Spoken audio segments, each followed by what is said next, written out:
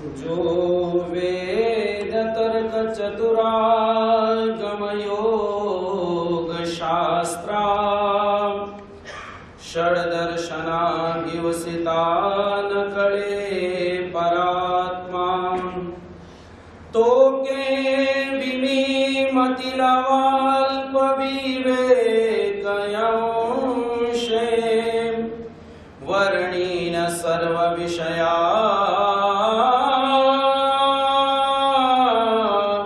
कुलकर्म सत्तु नागार्जुनाचा स्वामी जरी एक वेळ भेटता तरी जीवेसी धरुणी ठाकता के वेळाहीना सोडिता श्री चरण तयाचे भगवान श्री चक्रधर स्वामी की जय। कल हमने उस भक्त के बारे में जाना जिसने परमात्मा को चित्त वित्त काया ये तीनों ही परमेश्वर को अर्पण करी और भगवान श्री चक्रधर प्रभु कहते हैं कि वो भक्त तब तक उस परमात्मा के पद के लिए योग्य नहीं होता जब तक वो तीन चीजें देने के लिए तैयार नहीं। हम जब ये श्रवण करते हैं तो हमारे मन में कई बार ऐसा विचार आ जाता है कि हम उसके पीछे पीछे वैसा बनने का प्रयास करते हैं, हम अपनी सहजता को खोते जाते हैं। एक बार एक माता जो अनेक वर्षों से एक स्थान पर आया करती थी, वहां पर प्रत्येक वर्ष एक बहुत बड़ा मेला लगा करता था। प्रत्येक वर्ष वो उस मेले में आती जाती। अब बूढ़ी हो चुकी है तो अब वो उस दिन फिर पहुंची जब वो 60 बरस की हो चुकी है। आयु के 14 बरस से लेकर के 60 बरस तक की आयु तक वो रोज हर साल नियमित रूप से उस यात्रा को अटेंड करती थी, उस मेले को अटेंड करती थी। उस मेले में अनेक प्रकार की वस्तुएं लगती हैं। शाम के समय वहां पर पहुंची जब वहां पर दुकानें बंद हो रही हैं। दुकानें बंद होने का समय आया तो माता को चाहिए था एक दर्पण, एक शीशा चाहिए था, उसको शीशा खरीदना चाहती थी। उस शीशे को खरीदने के लिए वो एक दुकान पर जाती है। वो आदमी अपना सामान बांध रहा है, शाम का समय हो चुका है। वो माता उस व्यक्ति के पास जाती है, दुकानदार के पास, और कहती है कि मुझे एक शीशा लेना है, क्या तुम मुझे अपना शीशा दिखा सकते हो? उसने कहा ठीक है माता जी। उसने शीशा उस माता के हाथ में दिया। माता पूछती है कितने दाम का है? वो कहती है कि ये, दुकानदार कहता है कि ये 10 रुपए का है। माता ने उसमें अपना चेहरा देखा और माता कहती है कि ये शीशा बहुत महंगा है, 10 रुपए बहुत महंगे हैं।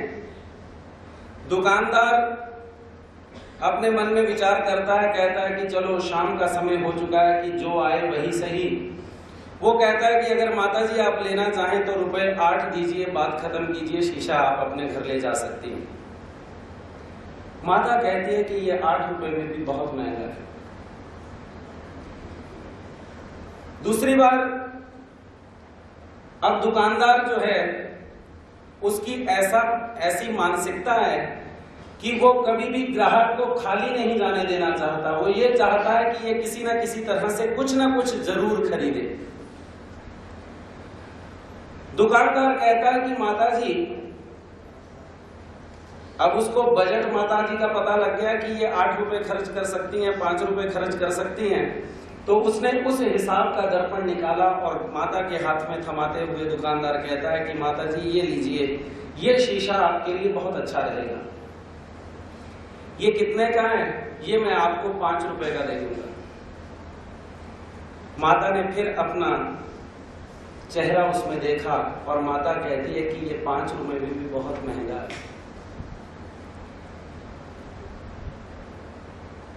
दुकानदार सोच में पड़ा, कहा कि माता को किसी न किसी तरीके से कुछ ना कुछ तो देना ही होगा, शाम का समय है, अब दुकान खोली है फिर दोबारा। माता ने कहा, दुकानदार कहता कोई बात नहीं। दुकानदार ने एक बहुत छोटा शीशा, जो आखिर का 1 रुपए का शीशा, उसने अपनी दुकान से निकाला और माता के हाथ में थमाते हुए कहता है, माता जी ये आपके लिए उपयुक्त है, ये शीशा आप ले लीजिए। माता ने अपना चेहरा उसमें देखा। माता कहती है ये कितने का है? दुकानदार कहता है ये 1 रुपए का है। माता कहती है ये 1 रुपए में भी बहुत महंगा है। अब दुकानदार के मन में इच्छा निर्माण हो गई। वो माता को कहता है कि माता जी आपने कहा कि शीशा लेना है, आपने ही दुकान खुलवाई, मैंने आपको शीशा दिखाया सबसे पहले, 10 रुपए वाला आपने बोला कि नहीं ये बहुत महंगा। मैंने चलो कोई बात नहीं, शायद इनकी कैपेसिटी थोड़ी कम है, इस वजह से आपको मैंने थोड़े कम पैसे का दिखाया, आपने कहा कि ये भी महंगा है, और आखिर में मैंने आपको बहुत ही कम दाम वाला एक शीशा दिखाया, वो भी आप लेने के लिए तैयार नहीं, इसका कारण क्या है? और वो माता उस दुकानदार को जवाब देती है, कहती है बेटा मैं जब बहुत छोटी थी, 14 बरस की थी, तब मैं अपने माता पिता के साथ ये मेला देखने के लिए आती थी। तब से ही मैं शीशा खरीदना चाहती हूं, परंतु आयु के 60 बरस हो गए, मैंने शीशा नहीं खरीदा। और अब आखिर में मेरे मन में आया कि अब शायद मेरा दोबारा आना हो या ना हो, इस वजह से मैंने तुम्हारे से फिर पूछा कि फिर दोबारा मेरे मन में इच्छा हुई कि शीशा खरीदती हूं, लेकिन ये शीशा अब भी बहुत महंगा है, क्योंकि मैं अपने आप को वही देखना चाहती हूं 14 बरस की ही। दुकानदार कहता है माता जी ऐसा शीशा कोई भी आज तक जमाने में नहीं बन सका कि जो आपको आपका भूतकाल दिखा सके। क्यों?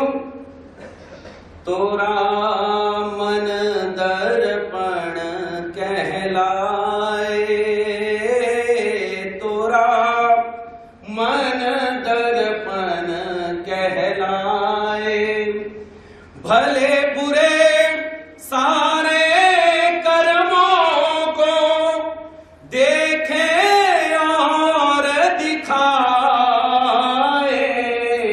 तोरा मन दर्पण कहलाए। दर्पण का कर्म हमारी वर्तमान की स्थिति को दर्शाना होता है। भूतकाल की स्थिति जो दिखाता है वो दर्पण नहीं हो सकता। वो दुकानदार कहता है कि माताजी आज तक इस जमाने में कोई ऐसा दर्पण नहीं बना कि जो आपको आपका भूतकाल दिखा सके। उसी तरह से परमात्मा इस संसार में हमारे को, हम बार बार परमात्मा के द्वार पर आते हैं, बार बार अनेक प्रकार के पात्रों का चरित्र सुनते हैं और वैसा बनने की कोशिश करते हैं, परंतु अपनी सहजता को छोड़ करके। जो दर्पण है, उस परमात्मा का ज्ञान जो है वो दर्पण है, वो एक शीशे की न्याय है।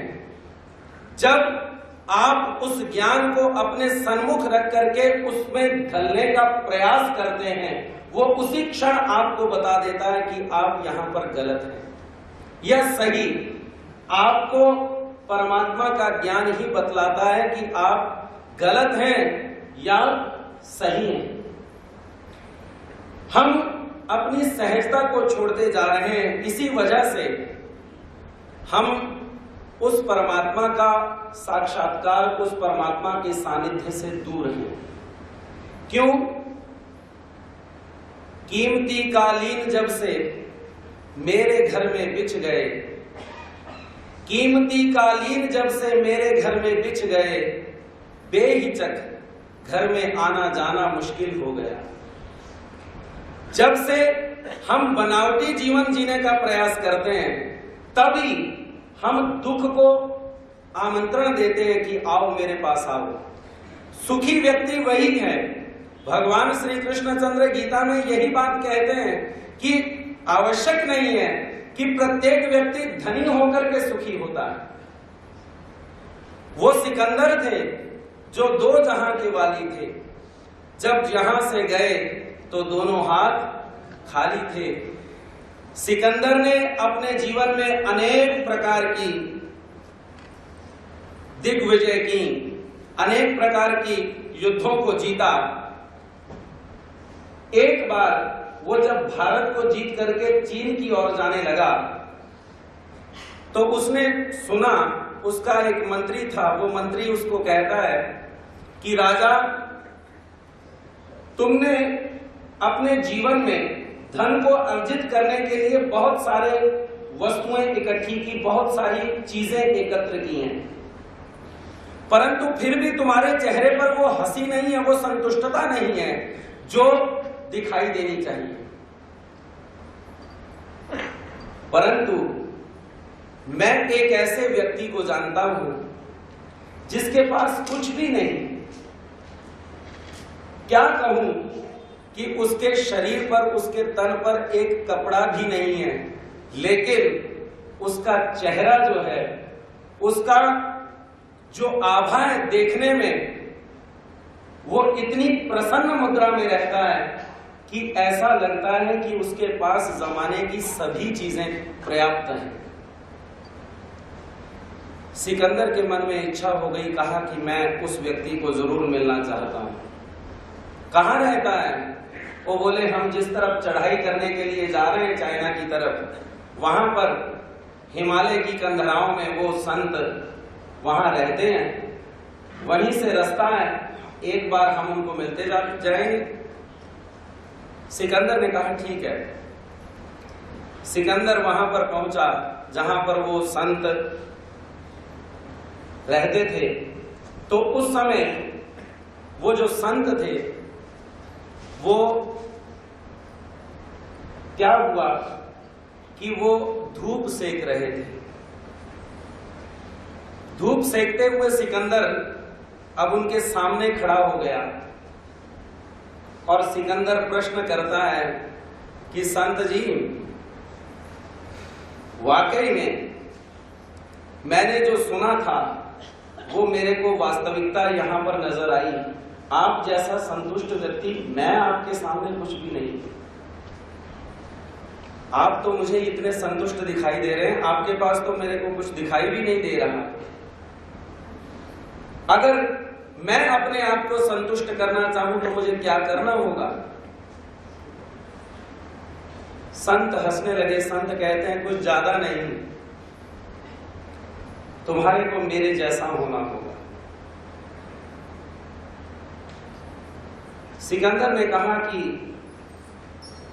आपके जैसा तो मैं अभी नहीं हो सकता क्योंकि मेरे पास अभी समय नहीं है, लेकिन आप मुझे ये बताइए कि आपके लिए मैं क्या कर सकता हूं, कुछ सेवा बतलाइए, मैं आपसे खुश हो गया हूं। संत हंसने लगे। संत कहने लगे कि तुम क्या कर सकते हो? सिकंदर हंसता है, कहता है, शायद आपने मुझे पहचाना नहीं। मैं वो सिकंदर हूं जो सारे संसार को जीत चुका हूं, जो चक्रवर्ती सम्राट आपके सामने खड़ा है और आप कहते हैं कि तुम मेरे लिए क्या कर सकते हो। मैं आपके लिए सब कुछ ही तो कर सकता हूं। संत हंसे। संत सिकंदर को जवाब देते हैं, कहते हैं कि मेरे को शायद ऐसा नहीं लगता कि तुम मेरे लिए कुछ कर सकते हो, लेकिन अभी के लिए केवल इतना ही करो कि जो आसमान पे परमात्मा ने सूरज दिखाया हुआ है सबको, तप्त करने के लिए तुम वहां पर सामने आकर के खड़े होकर के तुमने वो धूप जो मेरे ऊपर आ रही थी वो तुमने रोक दिया है। हो सके तो थोड़ा पीछे हट जाओ, मेरे को धूप सेक लेने दो।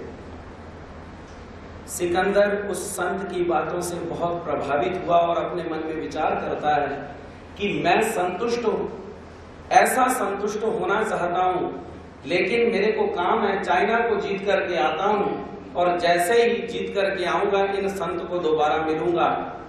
तो लेकिन दुख की बात ये हुई कि सिकंदर जब चाइना पहुंचा तो रास्ते में ही उसको एक बीमारी से वो ग्रस्त हो गया और उसकी मृत्यु हो गई। वो संत को दोबारा मिल नहीं सका। उसी तरह से हमारे जीवन में भी अनेक क्षण परमात्मा देते हैं, जिन क्षणों में हम परमात्मा को स्वीकार कर सकते हैं, परंतु कुछ दुख की बातें ऐसी आ जाती हैं, कुछ संसार की बातें ऐसी आ जाती हैं, जिन बंधनों से हम बंधे हुए हैं, उन बंधन जो हैं वो हमारे ऐसे सामने आ जाते हैं कि जिन बंधनों से हम उस परमात्मा को स्वीकार नहीं कर पाते। कल हमने श्रवण किया चित्तवित्त काया परमात्मा को अर्पण करनी चाहिए, लेकिन उससे पहले का एक जो पहलू है, एक वहां तक पहुंचने के लिए हमें सबसे पहले सहज होना होगा। भंडारेकार के जीवन में सबसे बड़ी बात यह है कि वो सहज है। उसने भगवान से किसी भी प्रकार का कोई प्रश्न नहीं किया। हमारे लीला चरित्र में ऐसा कोई भी संदर्भ नहीं आया जिस संदर्भ में भंडारेकार ने भगवान से कुछ शंका की हो या उसका कहीं मन विचलित हुआ हो कि मेरे से बहुत बड़ी गलती हो गई, मैंने इतना बड़ा स्टेप एकदम से ले लिया। भंडारेकार के जीवन में वो नहीं आया, क्योंकि वो पहले पहलुओं को जीत चुका है। और वो पहला पहलू क्या है? चित्तवित्त काया, इन तीनों को अर्पण करने से पहले का जो स्टेप है वो है श्रद्धा।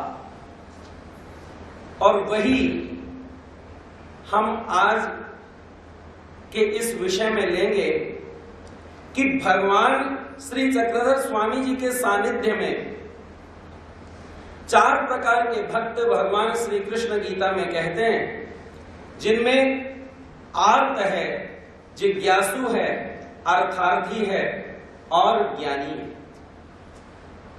आर्त जिसके मन में केवल यही भाव है कि मुझे परमात्मा मिले। जिज्ञासु कि वो परमात्मा कौन है, और अर्थार्थी कि मैं आपको भगवान आपकी भक्ति करता हूं और आपकी भक्ति के बदले मैं आपसे कुछ चाहता हूं। और चौथा भक्त भगवान बतलाते हैं ज्ञानी च भरतर्षभ। अर्जुन, चौथा मेरा भक्त जो है वो ज्ञानी, जो ज्ञान युक्त प्रत्येक कर्म को करता है। इन 4 ही कैटेगरीज में ये सभी भक्त समावेश हैं। आज हम जिस पात्र के बारे में जानेंगे उस पात्र का नाम है एलाइसा, जो दादोस की रिश्ते में मासी लगती है। पंजाबी में मासी, हिंदी में मौसी बोलते हैं। दादोस बीड़ से भगवान का पर्व काल मना करके गए श्री गोविंद प्रभु महाराज जी का दर्शन करने के लिए श्री क्षेत्र परमेश्वरपुर। वहां पर गए और श्री गोविंद प्रभु महाराज जी के दर्शन करने के उपरांत दादोस के मन में इच्छा जागृत हुई कि मैं भगवान का दर्शन करने के लिए दोबारा जाऊं। परंतु भगवान का एक ठिकाना नहीं है। भगवान एक गांव को छोड़ते हैं, दूसरे गांव की तरफ जाते हैं। एक गांव को छोड़ करके दूसरे गांव जाते हैं, क्योंकि कल ही बतलाया कि आरता ते परमेश्वर वाड़ो वाड़ी दिवसती। आर्त के लिए ही परमात्मा गांव गांव, शहर शहर जाकर के अपने भक्तों का संशोधन करते हैं, अपने भक्तों को खोजते हैं। केवल भिक्षा उनका जीवन नहीं है। परमात्मा हमारी भी खोज कर रहे हैं, और हम जितने भी जीव हैं वो सभी उस परमात्मा के एक प्रकार से सानिध्य में है, क्योंकि भगवान के 4 प्रकार के दान देने की बात भी हमने कल जानी कि भगवान 4 प्रकार से इस जीव को अपनी तरफ आकर्षित करते हैं। किन किन के द्वारा? दृष्ट, स्पर्श, आलाप और अंतःकरण के द्वारा। अंतःकरण के द्वारा परमात्मा इस जीव का चिंतन करते हैं, और जब जिस जीव का चिंतन करते हैं वो जीव परमात्मा की तरफ वेधित होता है, आकर्षित होता है। अब दादोस के मन में इच्छा जागृत हुई कि मैं भगवान के दर्शन करूं, तो श्री गोविंद प्रभु महाराज जी को दादोस पूछता है, महाराज कि मुझे अब भगवान के दर्शन कहां होंगे, किस गांव में होंगे महाराज? तो श्री गोविंद प्रभु महाराज दादोस को कहते हैं कि दादोस, अब तुम्हारे को महाराज कनाशी नामक स्थान पर मिलेंगे। अगर तुम भगवान को मिलना चाहते हो, श्री चक्रधर स्वामी जी को, तो तुम्हारे को कनाशी गांव की तरफ जाना चाहिए। दादोस अपने घर वापस आया और वहां पर दादोस को तैयारी करते हुए देख दादोस की मौसी, जिसका नाम एलाइसा है, वो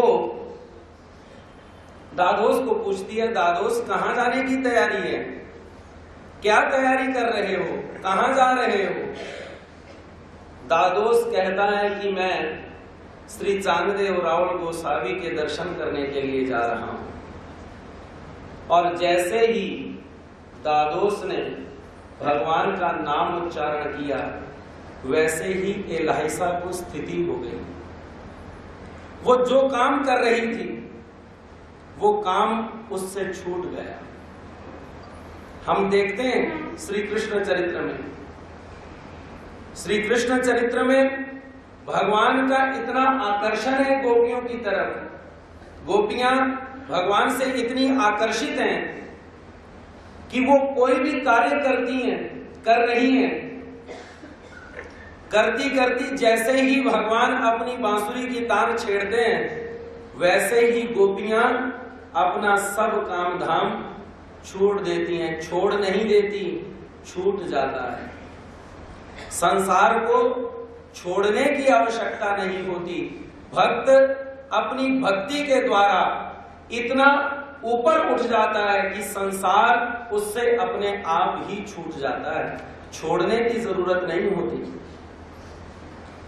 गोपियां यही कहती हैं, श्यामा बंसी ना बुलाऊ तेरा खड़िया, श्यामा बंसी ना बुलाऊ तेरा खड़िया, तेरी बंसी ने करो की तावा खड़िया, तेरी बंसी ने करो की तावा खड़िया।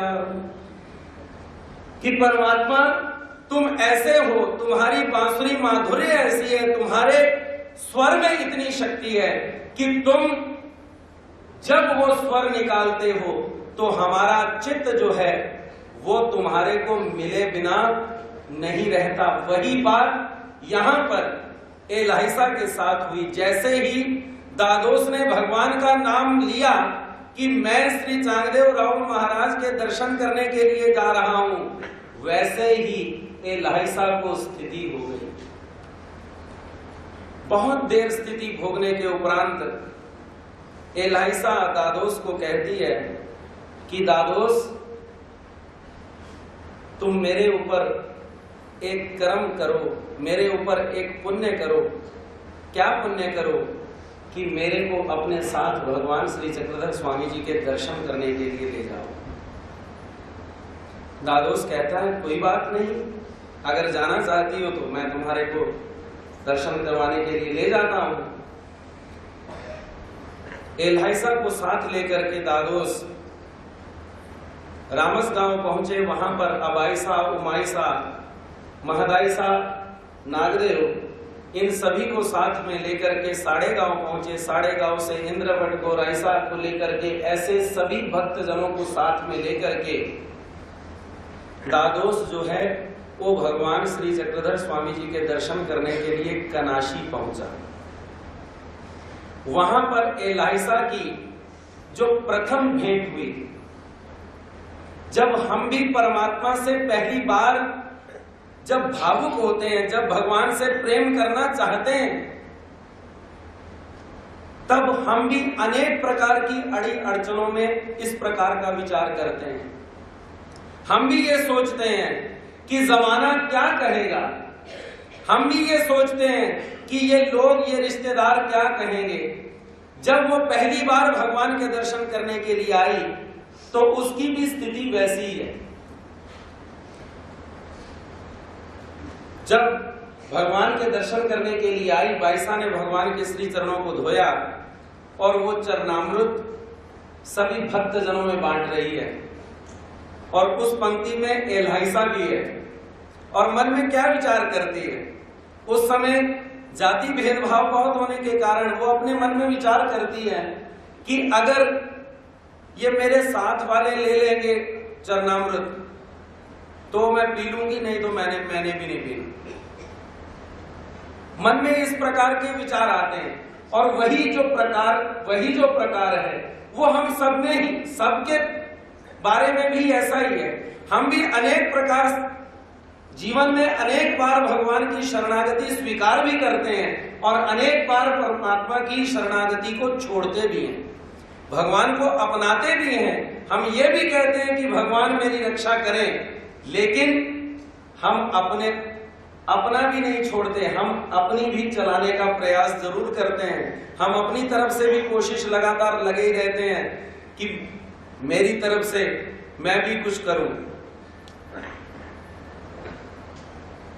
एलाइसा ने देखा कि सभी ने चरणामृत लिया और एलाइसा ने वो चरणामृत जो था, वो चरणामृत जैसे ही अंदर लिया, उसको एक बार और भगवान की स्थिति हो गई। उसका मन अब आकर्षित हो गया। पहले श्रवण से सुना उसने। इन 9 दिनों में हम जितने पात्रों के बारे में जानेंगे, वो जानने का उसके पीछे मुख्य उद्देश्य यही है कि हम उन पात्रों के बारे में श्रवण करें, जाने, कुछ सुने, और जो हमारे उन बातों में सहायक हो हमारे जीवन में, हम उनको उतारने का प्रयास करें, बनने का प्रयास नहीं। क्योंकि कोई भी आदमी वो एक ही होता है, याद रखना। कोई भी पात्र लीजिए, उसकी अपनी अपनी विशेषता के कारण वो भगवान को प्रिय है, और उस जैसा और कोई भी नहीं होता। वो सेकंड ही होता है, फर्स्ट कभी नहीं हो सकता। वो वही है, निर्भट भंडारेकार, वो वही हो सकता है, दूसरा और कोई नहीं हो सकता। एलाइसा ने जब भगवान के चरणामृत को अपने अंदर प्रवेश करवाया, उसको भगवान ने स्थिति हुई, उस स्थिति के भरकाल में उसको अपनी होश ही ना रही। भगवान भक्तजनों को कहते हैं, इस माता को संभालो। और सभी भक्तजन जो हैं वो भगवान का रात का पूजा अवसर करने के उपरांत अपनी अपनी जगह पर चले जाते हैं। दूसरे दिन क्या होता है कि बाजार था दूसरे दिन उस गांव का। एलाइसा बाजार में गई कुछ सामान लेने के लिए। अब भगवान के प्रति आकर्षित है। पहले श्रवण से हुई, अब दर्शन से हुई। भगवान को देखा भी और भगवान का अनुभव भी हो चुका है, तो मन में इच्छा निर्माण हो गई कि मैं भगवान को कुछ दूं। जो पास हमारे हैं वो शाम का दिया है, जो पास हमारे हैं वो शाम का दिया है, फिर देने से इतना क्यों घबराना है। पर हम प्रत्येक क्षणों-क्षण हम घबराते रहते हैं। हम भगवान को ये कहते रहते हैं, भगवान सभी बातें आपकी करने के लिए मैं तैयार हूं, परंतु एक बात को छोड़ करके, आपको स्वीकार करने की बात छोड़ करके बाकी सभी बातें मेरे को मंजूर हैं। भगवान कहते हैं दिन में 2 बार या 3 बार मेरा स्मरण कर, हम स्मरण करने के लिए भी तैयार हैं। भगवान कहते हैं कि सभी को छोड़ दे, सभी देवी देवताओं की शरणागति को छोड़ करके मुझ अकेले की शरण में आ, हम वो भी स्वीकार कर लेते हैं। परंतु जब तीसरी बात भगवान संबंधियों को छोड़ने की बात कहते हैं, वहां पर हमारा कौमा लग जाता है। वहां पर हम कहते हैं कि नहीं, ये नहीं हो सकता। अभी मज शौचा दे के ले दाता, आपन पे झाला मागता, एक जी जन्म दे मनता, परी मीन देची। कविश्वर दास अपनी इस ओवी में ये बात स्पष्ट करते हैं, कहते हैं महाराज मैं इतना पापी हूं कि मुझ जैसे शौच जीव को, जिसके पास आपको देने के लिए कुछ भी नहीं, आप उसके द्वार पर आते हैं और उसके द्वार के पास आकर के आप उससे कुछ मांग करते हैं, उससे ये मांगते हैं कि एक जन्म मुझे दे। सिर्फ एक जन्म की मांग करते हैं, परंतु मैं कैसा हूं, मैं आपको एक जन्म भी नहीं दे पाता। मैं कितना दुर्भागी हूं, जो पूर्ण पर ब्रह्म परमेश्वर अवतार, जिसके केवल एक इशारे से सृष्टि रचना उत्पत्ति पालन और प्रलय होता है, वो परमात्मा मेरे सामने आकर के अगर कुछ मांग करता है तो मैं उस मांग को पूरा नहीं कर सकता। मैं कितना दुर्भागी हूं। जब परमात्मा के साथ हमारा आकर्षण होता है, जब परमात्मा के, ये जान लीजिए कि जैसे वो माता अपने पिछले जीवन को देखना चाहती है उस दर्पण में, वो दर्पण आज तक दुनिया में नहीं बना।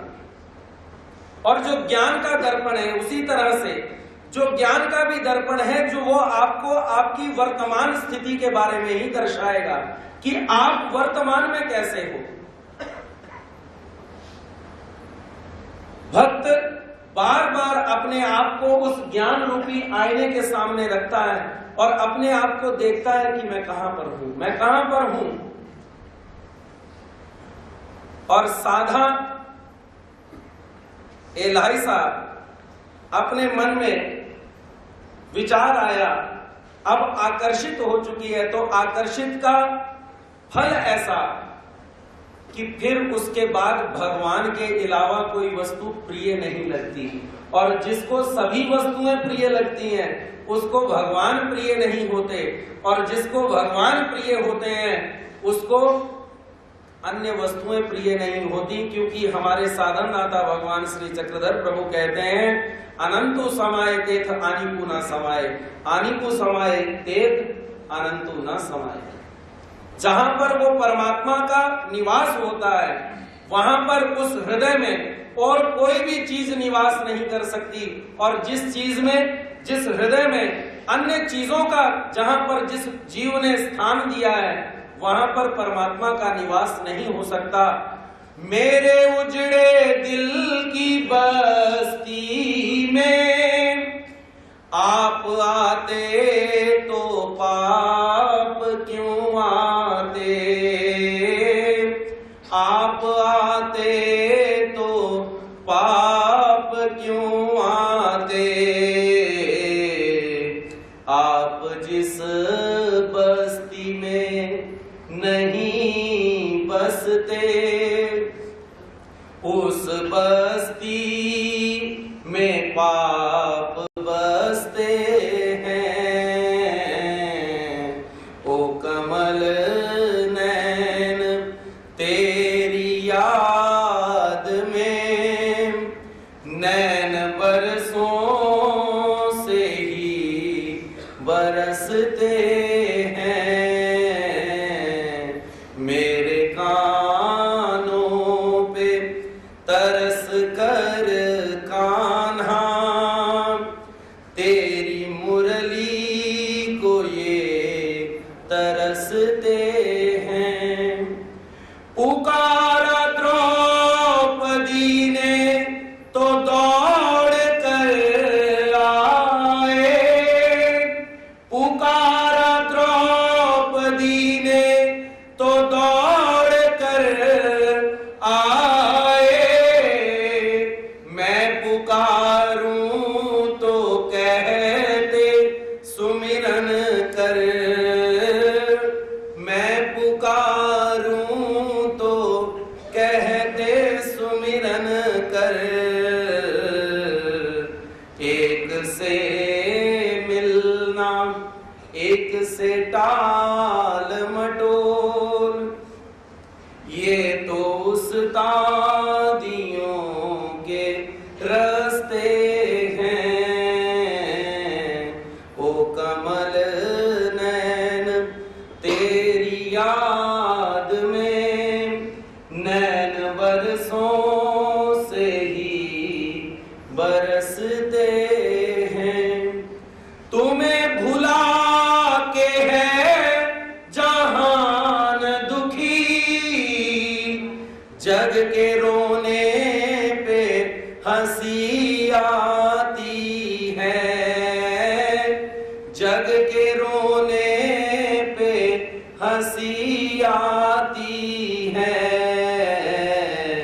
पर हैरानी है तेरे बिरहा में, मैं जो रोता हूँ लोग हंसते हैं। मेरे कानों पे तरस कर कान्हा, तेरी मुरली को ये तरसते हैं। ये जीव परमात्मा को दो ही क्षणों में खास करके भुलाता है। वो क्षण या तो अभाव के हैं, या बहुत ज्यादा दुख हमारे जीवन में आ जाए तब उस क्षण परमात्मा याद नहीं आता, उस क्षण परमात्मा भूल जाता है। और दूसरा क्षण है कि जब हमारे पास सुख बहुत ज्यादा हो जाए, साधन बहुत ज्यादा हो जाए, उस क्षण भी हम परमात्मा को भूलते हैं। और जो प्रेमी है, जो भक्त है, वो खास करके इन दोनों ही क्षणों में, वो किसी भी क्षण, वैसे तो वो किसी भी क्षण परमात्मा को भूलता नहीं, लेकिन जो भक्त है वो अभाव और प्रभाव दोनों ही स्थितियों में भगवान को खास करके याद करता है। वो भक्त का लक्षण है। एलाइसा अब भगवान के प्रति आकर्षित है, उसके मन में आया बाजार में आई हूं, कुछ भगवान के लिए लेकर के जाऊंगा।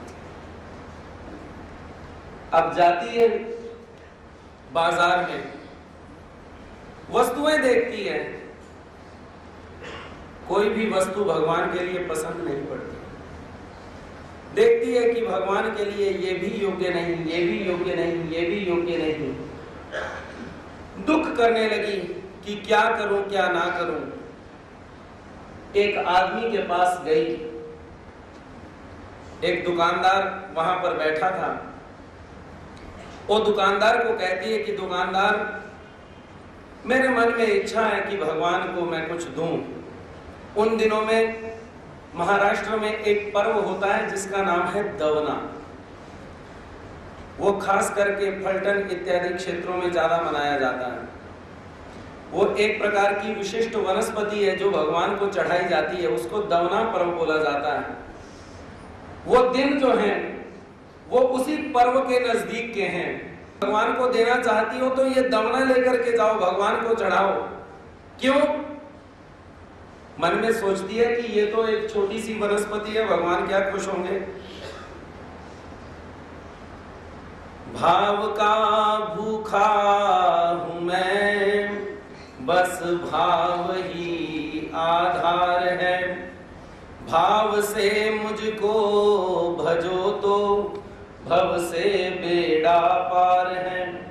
अन्न जल और वस्त्र भूषण कुछ ना मुझको चाहिए, बस प्रेम से हो जाए मेरा, यही मेरा सत्कार है। भाव का भूखा हूं मैं, बस भाव ही आधार है। वो दुकानदार कहता है कि तुम दवना लेकर के जाओ, ये भगवान को चढ़ा देना। एलाइसा अपने हाथ में वो दवना लेकर के आती है। भगवान उस क्षण बैठे हैं, आसन पर विराजमान हैं। अब जब भगवान के पास पहुंची तो उसको कोई विधि मालूम नहीं कि भगवान को कैसे चढ़ाया जाए। उस बेचारी के दिमाग में जैसा ही आया, उसने वैसा ही भगवान को चढ़ा दिया। भगवान के 8 ही अंगों के ऊपर वो दवना जो था वो चढ़ा दिया। पास में बाईसा खड़ी है। बाईसा कहती है, अरे ये भगवान को कैसे तूने पूजा विधि, तुम्हारे को मालूम नहीं कि भगवान को कैसे पूजन करना चाहिए? भगवान के श्री मुकुट के ऊपर, भगवान के 8 ही अंगों के ऊपर तुमने दवना रख दिया। यहाँ पर तो जो कुछ भी है वो भगवान के सन्मुख रखा जाता है। तेरे को इतनी मालूमात नहीं, इतना पता नहीं। साधा एलाइसा वो तो पहली बार भगवान के दर्शन करने के लिए आई है, थोड़ी घबरा गई। मन में सोचती है, कहती है कि लो अब मेरे से गलती हो गई।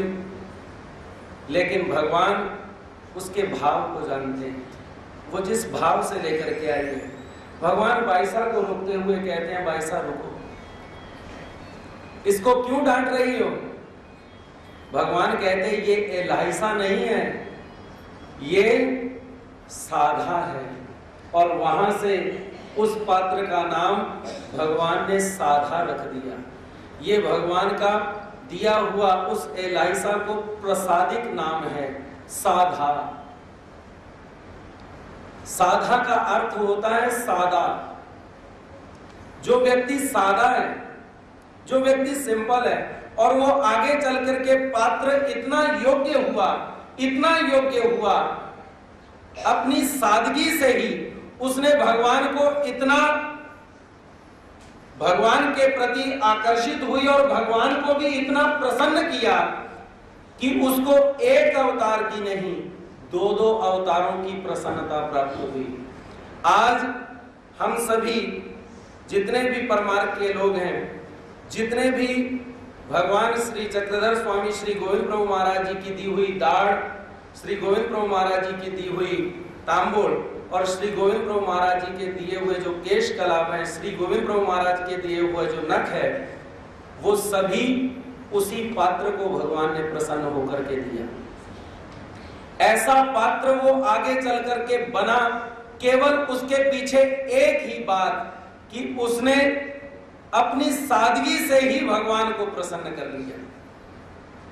उसने बनना नहीं चाहा कि मैं ऐसा बनना चाहता हूं, वो जैसा था वैसा ही भगवान के सन्मुख हो जाता है, वैसा ही भगवान के सामने आ जाता है। कहता, महाराज मैं जैसा हूं आपका हूं, अब आप मुझे जो बनाना चाहें मैं आपके प्रति समर्पित हूं।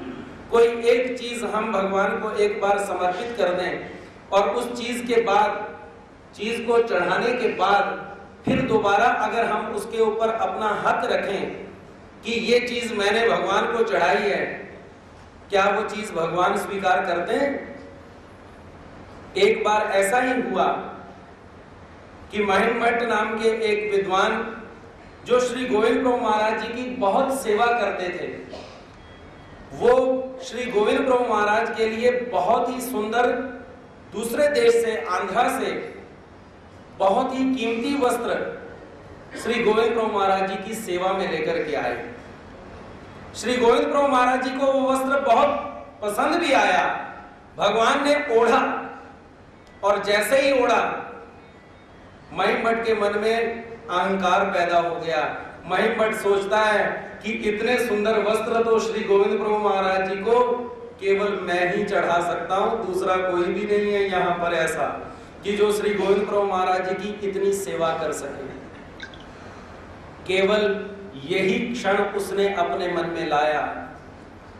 सर्वज्ञ श्री गोविंद प्रभु महाराज जी ने वो वस्त्र अपने शरीर से निकाला और भगवान ने सामने, राजमठ के सामने एक नाली बहती थी, उस नाली में भगवान ने वो वस्त्र फेंक दिया और ऊपर से भगवान पांव मारने लगे।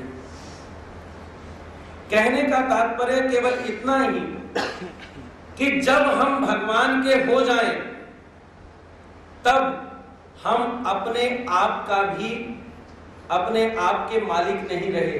अब हम, हमारे मालिक जो हैं वो केवल भगवान हो गए।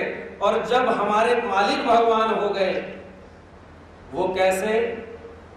हो जा खुशी से अपने भगवान के हवाले, मर्जी पे छोड़ उसकी, दाता जैसे भी हो संभाले, मर्जी पे छोड़ उसकी,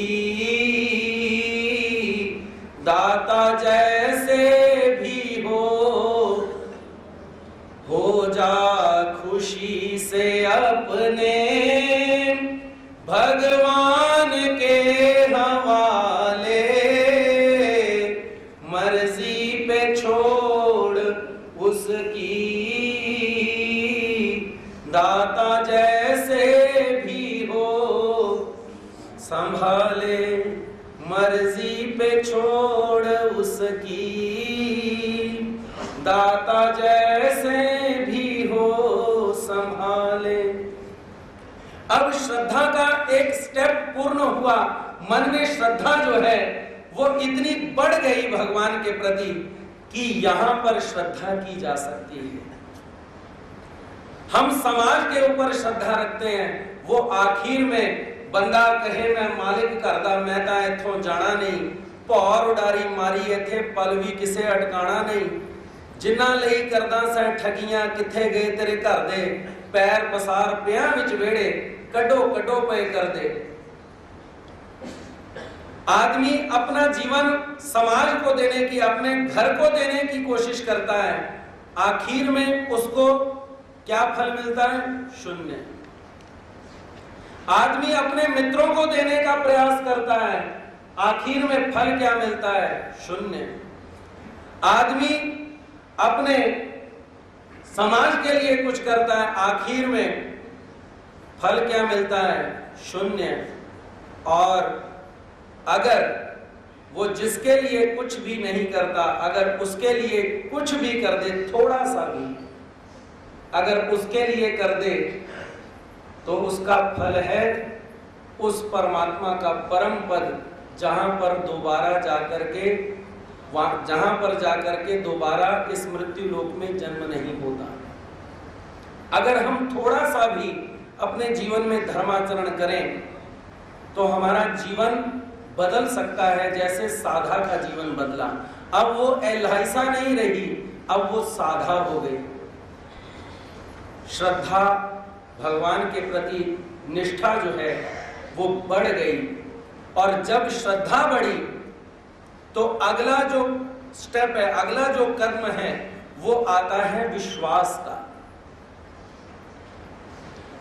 अब विश्वास ऐसा, कैसा? साधा का विश्वास कि एक बार भगवान के दर्शन करने के लिए साधा, उसकी माता लहमाइसा और उसकी सहेली रत्नमाला, ये 3 माताएं भगवान के दर्शन करने के लिए जा रही। पता चला कि भगवान आजकल जोगेश्वरी में हैं।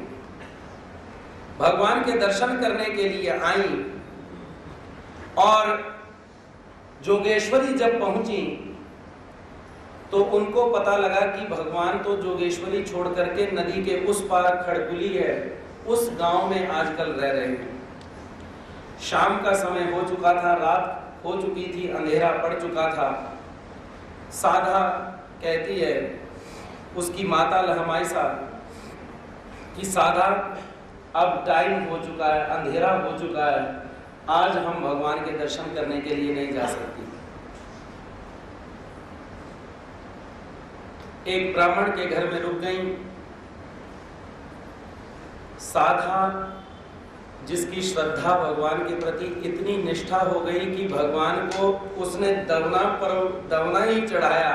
भगवान ने उसका इतना परितोष स्वीकार किया, इतना हर्ष स्वीकार किया कि भगवान ने उसका नाम साधा रख दिया। भगवान ने प्रसादिक नाम बहुत कम लोगों के रखे और उनमें से ये एक बड़ा पात्र है जिसका नाम भगवान ने प्रसादिक रखा। तो आगे चल करके साधा अब भगवान को मिलने की जो आस है वो इतनी बढ़ चुकी है कि कब ये रात बीच में क्यों आ गई। अगर ये रात ना होती तो मैं झट से भगवान के दर्शन करने के लिए पहुंच जाती। सारी रात दुख कर रही है, सारी रात जाग करके काटती है। सुबह जैसे ही थोड़ा सा पक्षियों की आवाज सुनी तो अपनी माता को जगाती है, माता उठो, सुबह हो गई, चलो भगवान के दर्शन करने के लिए जाती है। माता उठी, बाहर देखा कि अभी तो बहुत अंधेरा है, सर्दियों के दिन है। माता कहती है कि थोड़ा और प्रकाश हो लेने दे, बाद में हम सभी इकट्ठी जाती हैं। लेकिन साधा अब रुकने वाली नहीं। साधा कहती है, माता अब मैं रुक नहीं सकती क्योंकि अब मेरे मन में जो तड़प है भगवान के प्रति मिलने की वो इतनी बढ़ चुकी है कि मैं अब उसको रोक नहीं सकती, इसलिए मैं जा रही हूं। साधा अंधेरे में ही भगवान के दर्शन करने के लिए निकली। रात को सोया जो उसकी यादों में, शाम उसके लिए जागता देखा। सारी रात साधा उस परमात्मा का चिंतन करती करती रात बिता रही है कि कब दिन निकले और कब मैं भगवान के दर्शन करने के लिए जाऊं। तो भगवान कैसे रुक सकते हैं? भगवान भी सुबह उठे और वहां उस नदी के उस पार भगवान खड़े हो गए। साधा नदी जैसे ही पार करने लगी, अंधेरा होने की वजह से उसका पांव जो था वो गहराई में जाने लगी, शरीर भारी था, डूबने लगी। और जैसे ही अब डूबने लगी तो उसको और कोई और याद नहीं आया, उसको केवल वो महाराज ही याद आए। वो कहती है, महाराज अब मेरी आप रक्षा कीजिए, मुझे इस नदी से पार कीजिए। उबारा था जिस हाथ ने साधा जी को, उबारा था जिस हाथ ने साधा जी को, उसी हाथ का अब हुनर देखना है, उसी हाथ का अब हुनर देखना है, एक नजर देखना है।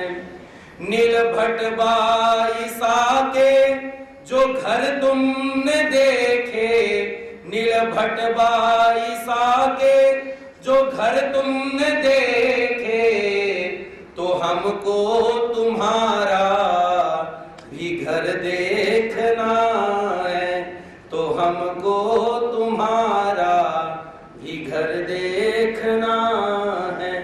आवाज देती है कि महाराज अब मुझे तारिए, और जैसे ही आवाज दी भगवान वहां उस नदी के उस पार साधा को आवाज देते हैं। भगवान हाथ बढ़ाते हुए साधा की तरफ कहते हैं कि साधा आओ, और साधा वो हाथ टच हुए नहीं हुए जैसे भगवान ने उसको उस नदी से पार कर लिया। साधा भगवान को कहती है, महाराज मेरे को बहुत बड़ा आश्चर्य है ये, मैं डूब रही थी, मेरा हाथ वहां तक नहीं पहुंचा जहां तक आपका हाथ था, परंतु फिर भी मैं पार हो गई। ये क्या है? इसके पीछे कारण क्या है? भगवान श्री चक्रधर स्वामी उस समय साधा को कहते हैं, बाई जीव ऐसे अधोमुख अस्ति, परमेश्वर ऐसे वर पड़ोनी पहात अस्ति, एकादा एकु ऐसा आती तरी ऐसा जी काढ़ी जेल। भगवान कहते हैं कि ये जीव जो है वो अपना मुंह जो है वो नीचे की ओर करके बैठा हुआ है, और परमेश्वर अपना हाथ जो है अपने माथे पर रख करके भगवान इस जीव की प्रतीक्षा कर रहे हैं कि ये जीव मेरी तरफ कब आए। और भगवान कहते हैं कि एक आधा अगर उनमें से एक आधा भी हमारे को आवाज देगा तो हम, ये बहुत छोटी नदी है, हम तो उसे भव नदी से पार करने के लिए तैयार बैठे। अब विश्वास पूर्ण हुआ, उसको विश्वास हो गया कि अब मैंने जिसका हाथ पकड़ा है वो, अब मैं बेसहारा नहीं रहा, क्योंकि तेरा हाथ जिसने पकड़ा वो रहा ना बेसहारा, दरिया में डूबकर भी उसे मिल गया किनारा। वही साधा अब बार बार भगवान के दर्शन करने के लिए आती है, क्योंकि श्रद्धा और विश्वास अब उसका पूर्ण रूप से जुड़ चुकी है भगवान के साथ। अब तीसरा पहलू जो है, तीसरा कदम जो है, अब वो उठाने की बारी है जिसका नाम है संबंध। जो हमने कल जाना कि त्वमेव माता च पिता त्वमेव बंधुश्च सखा त्वमेव विद्या द्रविणम त्वमेव सर्वम मम देव देव, बोलना बहुत आसान है परंतु उसके ऊपर चलना बहुत कठिन है। अब संबंध के बारे में जब बात चली तो वही साधा भगवान के बार बार दर्शन करने के लिए अब आती है, भगवान को इतना प्रसन्न करती है कि भगवान की कही हुई आज्ञाओं के ऊपर चलती है। एक बार इंद्रभट्ट भगवान को उपहार देने के लिए,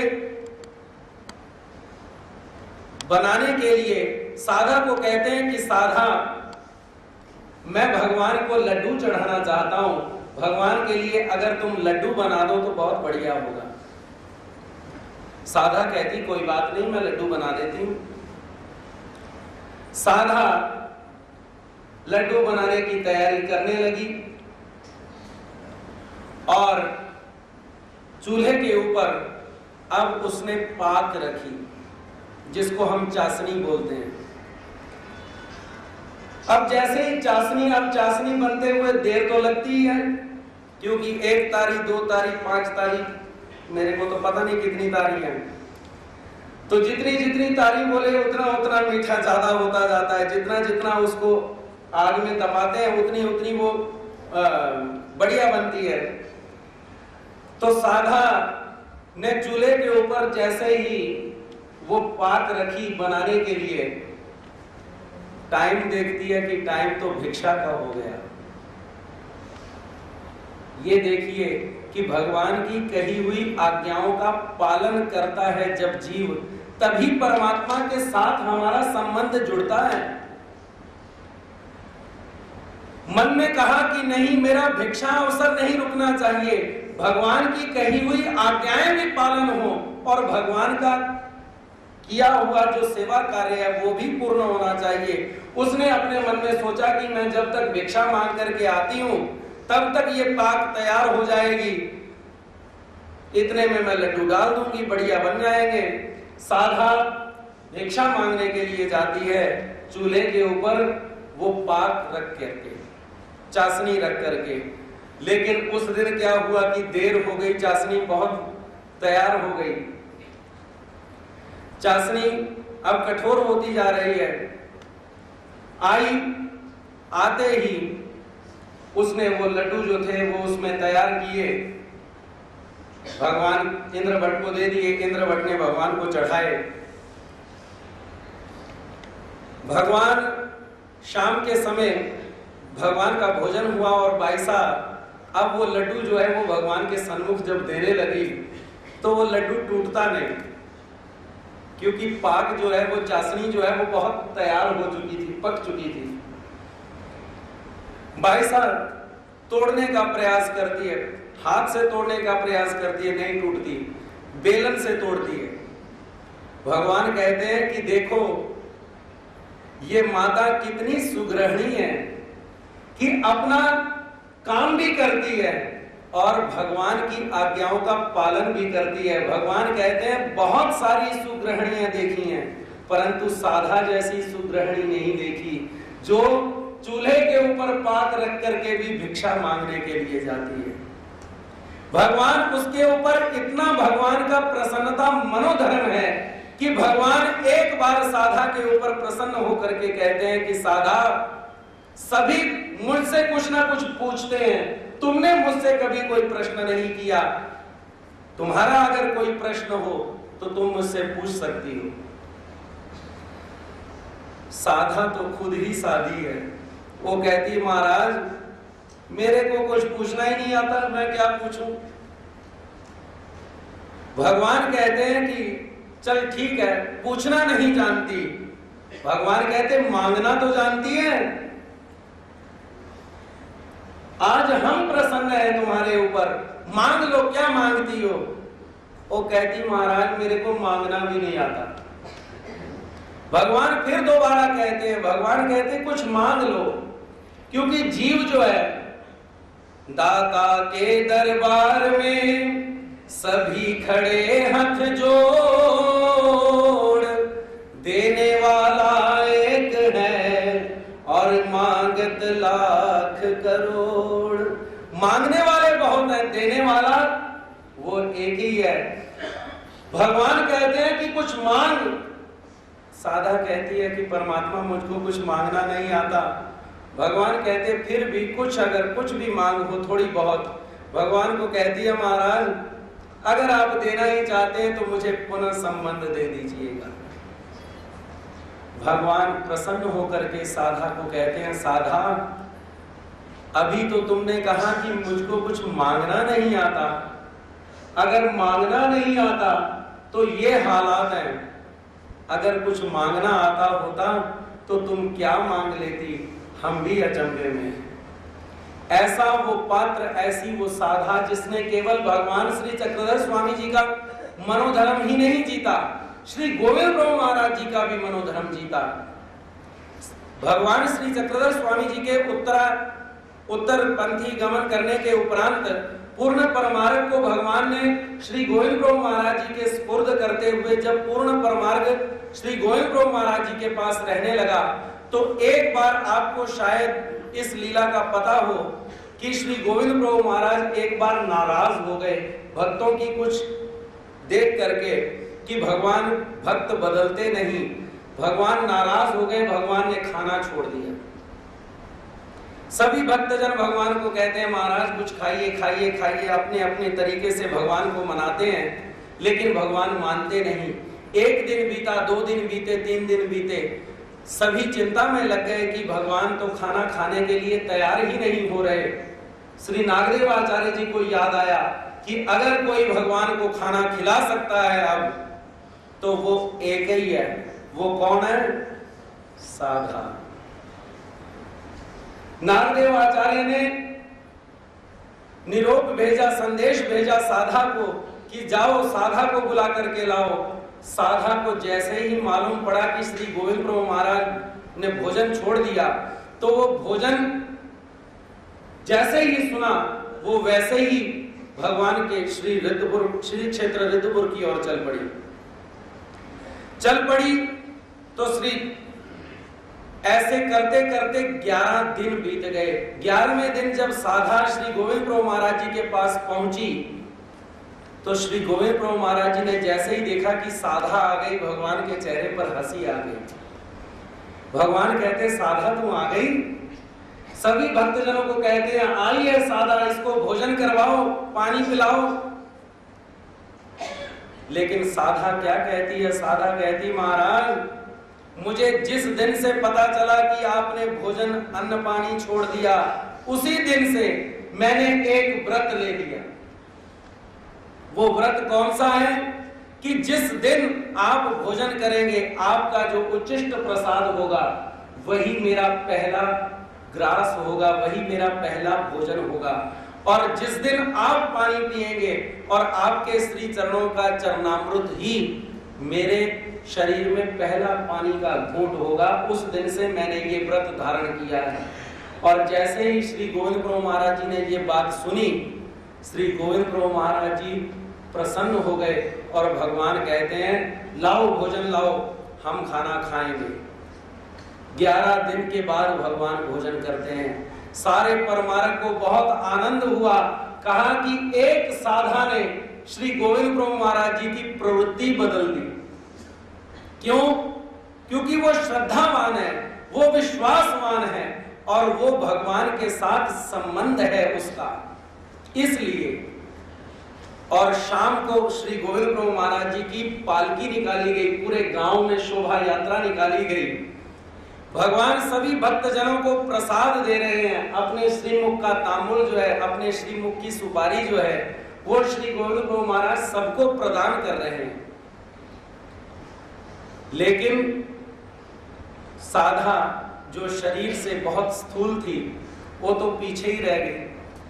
जिसने भगवान को मनाया वो पीछे ही रह गया और जो आगे लेने वाले प्रसाद वो पहले पहुंच गए। लेकिन श्री गोविंद प्रभु महाराज चिंतन किसका रखा हुआ मन में कि साधा को प्रसाद देना है। सभी को प्रसाद दिया, लेकिन एक सुपारी भगवान ने अपनी दाढ़ के नीचे छुपा ली। भक्त आए, महाराज प्रसाद, भगवान कहते खत्म हो गया। खबर हो गई कि प्रसाद खत्म हो गया, लेकिन साधा बेचारी कैसे दूर से कैसे भी करती करती भगवान के पास पहुंची और भगवान को दुख करती है। कहती महाराज मैं कितनी अभागी हूं कि मैं आपका प्रसाद नहीं पा सकी। श्री गोविंद प्रभु महाराज प्रसन्न होकर के कहते हैं कि साधा तुम अभागी नहीं हो सकती, तुम सौभागी हो। और श्री गोविंद प्रभु महाराज अपनी दाढ़ के नीचे का जो सुपारी का रखा हुआ टुकड़ा वो निकालते हैं और साधा को देते हैं। उस क्षण साधा की आंखों में आंसू आने शुरू हो जाते हैं कि मेरे परमात्मा मुझसे कितना प्रेम करते हैं और मुझसे परमात्मा का कितना संबंध है कि भगवान मेरे बारे में सोचते हैं।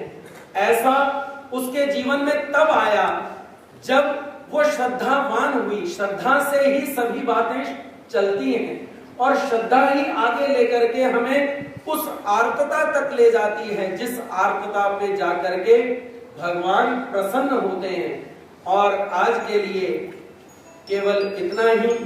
कल हम ऐसे ही एक और पात्र आपके सामने विचार उसके बारे में जानने का प्रयास करेंगे। भगवान श्री